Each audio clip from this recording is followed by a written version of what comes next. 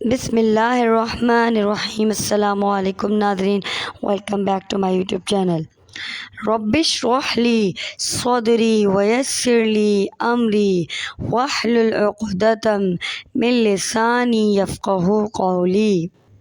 بسم اللہ الرحمن الرحیم۔ یہاں پر میں ایک اور سورت کا ذکر کرنا چاہوں گی جس میں کہ ذی الحج کے 10 راتوں کا ذکر ہے۔ سورۃ الفجر کی آیات ہیں، والفجر ولیال عشر والشفع والوتر واللیل اذا یسر۔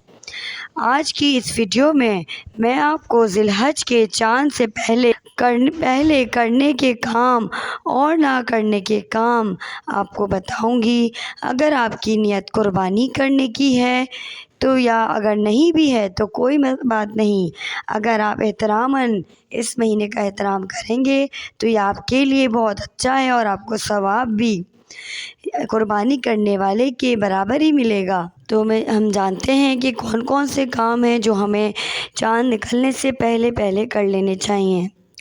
ناخن تراشنا، بال تراشنا اور جو ضروری آپ کے کام ہیں وہ آپ چاند نکلنے سے پہلے ہی نپٹا لیں۔ شاپنگ وغیرہ کرنی ہے تو وہ آپ کوشش کریں کہ چاند نکلنے سے پہلے کر لیں، کیونکہ جیسے ہی چاند نکل جاتا ہے تو اس کے بعد آپ کی مصروفیت بڑھ جاتی ہیں، اور یہ حرمت والے مہینے ہیں، ان میں زیادہ سے زیادہ عبادت کرنی چاہیے۔ نمازیں پڑھیں، قرآن پڑھیں، تلاوت کریں، اللہ تعالیٰ کو یاد کریں۔ اور چاند نکلنے کے بعد ناظرین کرام، آپ کو اس بات کا خیال رکھنا چاہیے کہ ناخن اور بال آپ کے ٹوٹے نہیں، کیونکہ یہ اللہ تعالیٰ اور پیارے نبی صلی اللہ علیہ وسلم کا فرمان ہے، تو ہمیں اس کا خیال رکھنا چاہیے جب تک کہ آپ کے نام کی قربانی نہ ہو جائے۔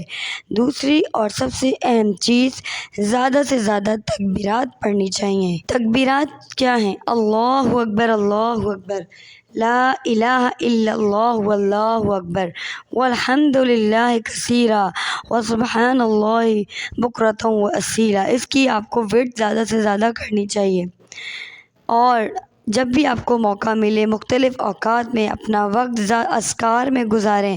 کوشش کریں زیادہ سے زیادہ روزے رکھ سکیں، اور خاص طور پر 9 ذی الحج کا روزہ یعنی عرفہ کا روزہ، حج کے دن کا روزہ ضرور رکھیں، اور قرآن پاک کی تلاوت زیادہ کریں، صدقہ خیرات زیادہ سے زیادہ کریں، اور اچھے کاموں میں بڑھ چڑھ کر حصہ لیں، اور گناہوں سے بچنے کی کوشش کریں۔ اپنے آپ کو دوسروں کی برائی کرنے سے روکیں، جھوٹ، چوری اور کسی کی غیبت کرنے سے اپنے آپ کو روکیں، اور بہت سی معاشرتی برائیوں سے بچنا ہی اصل میں قربانی کا جز ہے۔ اللہ تعالیٰ کو ہمارا گوشت اور خون نہیں پہنچتا۔ اللہ تعالیٰ ہم سے تقویٰ چاہتے ہیں کہ کون بندہ تقویٰ کرتا ہے، مجھ سے محبت کرتا ہے اور دوسروں کا خیال کرتا ہے۔ اور یہ مہینے تو خاص طور پر جو ہے حرمت والے مہینے ہیں، ان میں ہمیں زیادہ سے زیادہ اللہ کا ذکر کرنا چاہیے، اور نیکی کا کمانے کا موقع ہمیں ملے، تاکہ اور ہم اچھے کام کریں گے تو اللہ تعالیٰ ہم سے خوش ہوں گے۔ اور گناہوں سے بھی بچنا ایک اچھا کام ہے کہ زیادہ سے زیادہ اپنے آپ کو اچھی اور نیکی اور بھلائی کے کاموں میں اپنے آپ کو مصروف رکھیں۔ ان مہینوں کا احترام تو کفار مکہ بھی کرتے تھے، اپنے لڑائی جھگڑے چھوڑ دیتے تھے، تو ہم تو اس نبی کے امتی ہیں جو سب کے ساتھ پیار و محبت سے پیش آتے تھے۔ پیارے نبی صلی اللہ علیہ وسلم نے جو ہمیں اس مہینے کی حرمت اور کے بارے میں بتایا ہے، ہمیں اس پر عمل کرنا چاہیے۔ اور بہت سے مسلمان اس وقت خانہ کعبہ اللہ تعالیٰ کے گھر میں موجود ہیں، حج کی نیت سے گئے ہیں۔ اللہ تعالیٰ ان کے حج کو بھی قبول کرے اور ان کی قربانی کو بھی قبول کرے، اور ہمیں دعا مانگنی چاہیے اللہ تعالیٰ سے کہ اگلے سال ہمیں بھی اس سعادت کو نصیب کرنے کا موقع ملے، آمین۔ ناظرین کرام، امید کرتی ہوں آج کی ویڈیو سے آپ نے اور میں نے بہت کچھ سیکھا ہوگا، اور آپ کو میری یہ چھوٹی سی کوشش اچھی لگی ہوگی، تو پلیز لائک اور سبسکرائب کرتے رہیں تاکہ آپ کو اچھی اور اسلامک ویڈیوز ملتی رہیں۔ انشاءاللہ تعالیٰ پھر کسی اور نیکسٹ ویڈیو میں ملتے ہیں، کسی اور نئے ٹاپک کے ساتھ۔ جزاک اللہ خیراً۔ اللہ حافظ۔